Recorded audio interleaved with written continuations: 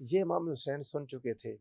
امام حسن علیہ السلام کے معاہدے میں تھا کہ آپ نے کسی نے حضرت علی پر سب و شتم نہیں کرنا۔ سمیعت رسول اللہ صلی اللہ علیہ وآلہ وسلم یقول من سب علیًا فقد سبنی۔ آئے ہائے آئے پھر ہائے سنو، میں نے رسول اللہ صلی اللہ علیہ وآلہ وسلم سے سنا ہے جس نے علی کو سب و شتم کیا اس نے مجھے سب و شتم کیا۔ صحابی رسول نبی کریم صلی اللہ علیہ وآلہ وسلم کے پاس ایسے آئے، کوئی آ کے مولا علی شیر خدا کی بات کرے، ان کے بارے میں کوئی بات کرے، رسول اللہ سننے کو تیار نہیں ہوتے تھے۔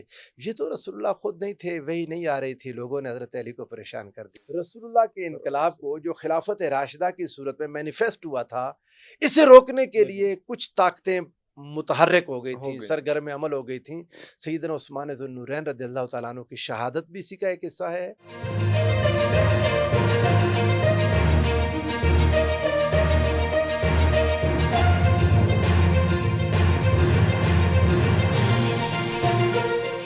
یہ آپ کے سامنے حدیث پاک رکھتا ہوں کہ وہ ایک اور صحابی کے ساتھ کیا ہوا، صحابہ کرام کے ساتھ صحابہ کرام کی عزت کا معاملہ میرے امام حسین کے سامنے پورا دین تھا۔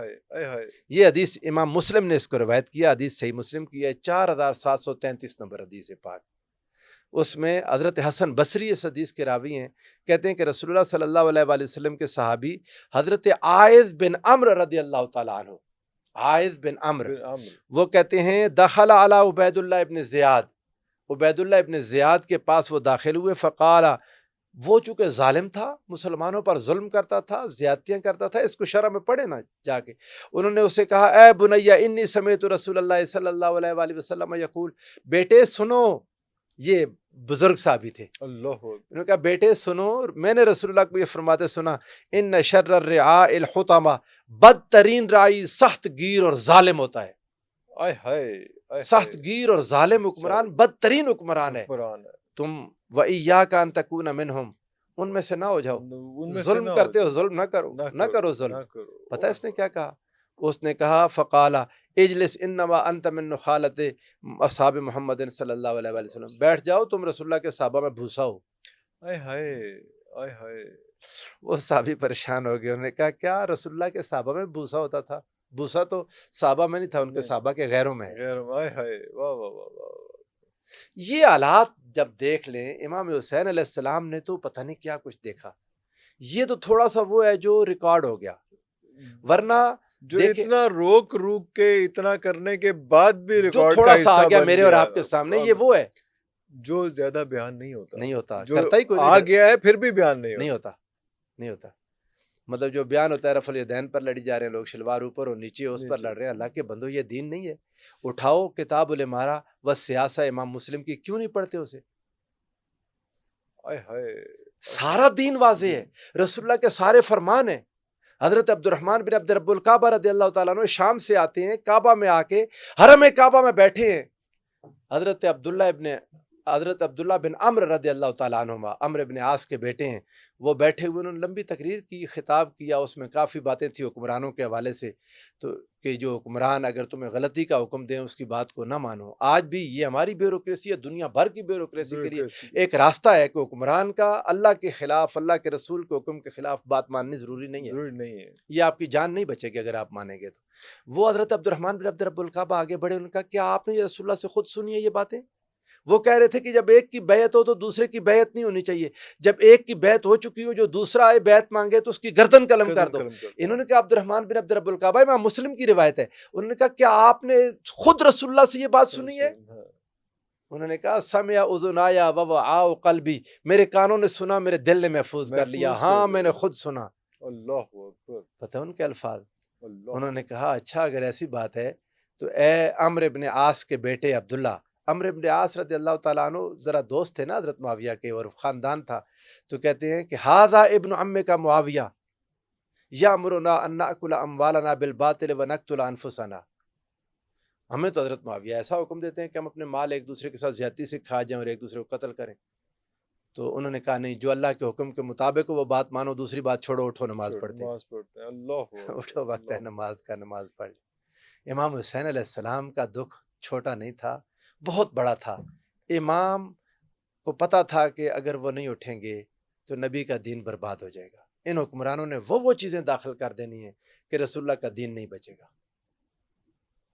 اللہ اکبر۔ رسول اللہ کا دین نہیں بچے گا۔ اب آپ ذرا ایک حدیث پاک ہے وہ تو اچھا، یہ جب خطابات کرتے تقریریں کرتے اور تقریروں میں سب علی، یہ امام حسین سن چکے تھے، امام حسن علیہ السلام کے معاہدے میں تھا کہ آپ نے کسی نے حضرت علی پر سب و شتم نہیں کرنا، معاہدے میں تھا یہ معاہدے کہ میں کوئی یہ ایسی بات بات شامل نہیں ہوگی، نہیں ہوگی، نہیں ہوگی۔ اور آخر میں انہوں نے کہا یہ بات مانی نہیں جا رہی تھی، جب معاہدہ ہو رہا تھا تو یہ بات نہیں مانی جا رہی یہ تھی، بات نہیں نہیں مانی جا رہی، معاہدہ جب تحریر ہوا تھا اس وقت بھی اس وقت بھی اس پر ضد ہوئی، objection تھی۔ ہاں کہ نہیں یہ والی شرط نہ رکھیں۔ آپ نے کہا چلو ایٹ لیسٹ یہ کرو، میرے سامنے تو نہ کرو۔ آئے ہائے آئے ہائے بات آئے ہائے آئے ہائے۔ نے کہا ٹھیک ہے، مگر پھر اس پر عمل نہیں ہوا، پھر اس پر عمل نہیں پھر ہوا۔ بھی عمل نہیں ہوا۔ کہتے تھے کہ ان کو جوش تاکہ یہ کھڑے ہوں تو ہمیں بہانہ ملے ان کو ختم کرنے کا۔ امام حسن حسین روتے تھے۔ ایک بار حضرت ام سلمہ رضی اللہ تعالیٰ عنہ، مسند احمد بن حنبل کی 27284 حدیث ہے، 27284 284 حدیث پاک ہے۔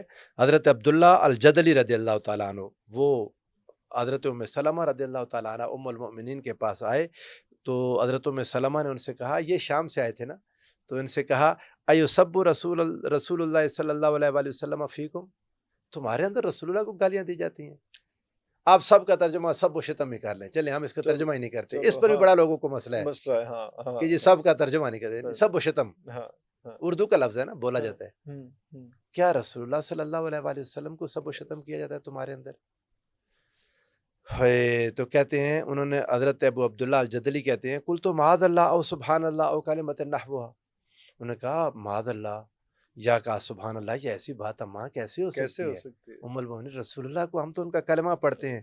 کہتے ہیں اچھا، سمیعت رسول اللہ صلی اللہ علیہ وآلہ وسلم یقول من سب علیا فقد سبنی، آئے ہائے آئے ہائے۔ پھر سنو، میں نے رسول اللہ صلی اللہ علیہ وآلہ وسلم سے سنا ہے جس نے علی کو سب و شتم کیا اس نے مجھے سب و شتم کیا۔ آج جو لوگ اس سب کا ترجمہ کرتے ہیں سیاسی اختلاف، سنے رسول کہتے ہیں نا کہ وہ سیاسی اختلاف کا اظہار کرتے تھے خطبوں میں، رسول اللہ نے حضرت مولا علی سے سیاسی اختلاف کرنے کو اپنی ذات سے سیاسی اختلاف قرار دے دیا۔ بتائیں کسی کی ہے جرت رسول اللہ سے سیاسی اختلاف کرے؟ اگر یہ مطلب بھی لے لیں، اگر یہ بھی لے لیں، اگر یہ مطلب بھی لے لیں، نیچے آ جائے نا، ہاں علا وجہ تنزل، علا سبیل تنزل، یہی مان لیں یہی مان لیں کہ یہی مانا ہے، سب و شتم گالی دینا نہیں ہے۔ نہیں ہے، ہاں اتنا ہارڈ ورڈ نہ یوز کریں، ہاں، حالانکہ لعنت کے الفاظ صاف، مرضی کا لفظ استعمال کر لیں، پھر بھی رسول اللہ نے راستہ نہیں دیا صلی اللہ علیہ وآلہ وسلم۔ صحابی رسول نبی کریم صلی اللہ علیہ وآلہ وسلم کے پاس ایسے آئے، کوئی آ کے مولا علی شیر خدا کی بات کرے، ان کے بارے میں کوئی بات کرے، رسول اللہ سننے کو تیار نہیں ہوتے تھے۔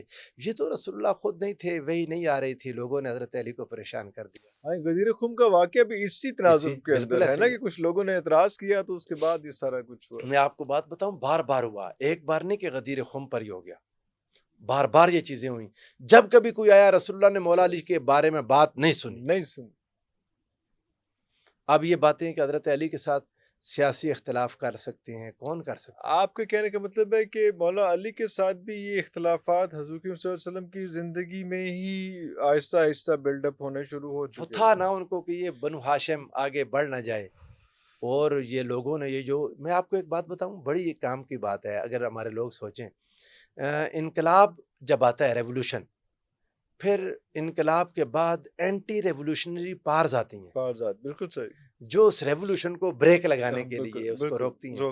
رسول اللہ کے انقلاب کو جو خلافت راشدہ کی صورت میں مینیفیسٹ ہوا تھا، اسے روکنے کے لیے کچھ طاقتیں متحرک ہو گئی تھیں، سرگرم عمل ہو گئی تھیں۔ سیدنا عثمان ذو النورین رضی اللہ تعالیٰ عنہ کی شہادت بھی اسی کا ایک حصہ ہے، اور پھر صفین، جمل، سارے اس کے حصے کے طور پر ام المومنین کو بھی ساتھ لے کے آگے کئی لوگ، کتنی پاکیزہ ہستی، طیب و طاہر ہستی، لیکن ان کو ساتھ لے لیا۔ جب وہ دیکھا کہ ان کا آپس میں معاہدہ ہونے لگا، تیر چلا دے دونوں طرف سے، لڑائیاں ہو جائیں، شب خون مارا جائے۔ یہ تھا، وہ اینٹی ریولوشنری پارز تھیں، انہوں نے اس پرانی بادشاہت کو، کیسریت کو، ہرکلیت کو دوبارہ سے لانا تھا۔ امام حسین علیہ السلام کا کام کیا تھا؟ آپ نے ان کے سامنے ایک دیوار کھڑی کر دی اپنے خون سے، کہ یہ کیسریت قیامت تک بھی رہ جائے تو میرے نانا کے دین میں داخل نہ ہو سکے. مجھے اجازت دیجیے یہ کہنے کی کہ مولا علی کے کو بھی انہوں نے دیکھ لیا مولا حسین نے کہ یہ کس طرح سے لڑ رہے ہیں. اس کے بعد کمپرومائزنگ سچویشن وہ بھی مولا حسن کی بھی دیکھ لی کہ اگر ان سے بیٹھ کے بات بھی ہو جائے تو اس پہ وہ نہیں رہتے, کوئی اور آپشن نہیں رہ گئی. پھر اس کے بعد کوئی یہ آپشن سارا ہی نہیں بچی, پھر اس کے کوئی آپشن بچی ہی نہیں. بچی نہیں. ساری آپشنز بھائی باپ سارا کچھ دیکھ چکے تھے اور صحابہ کا حال دیکھ چکے تھے. وہ سب کچھ کر چکے تھے.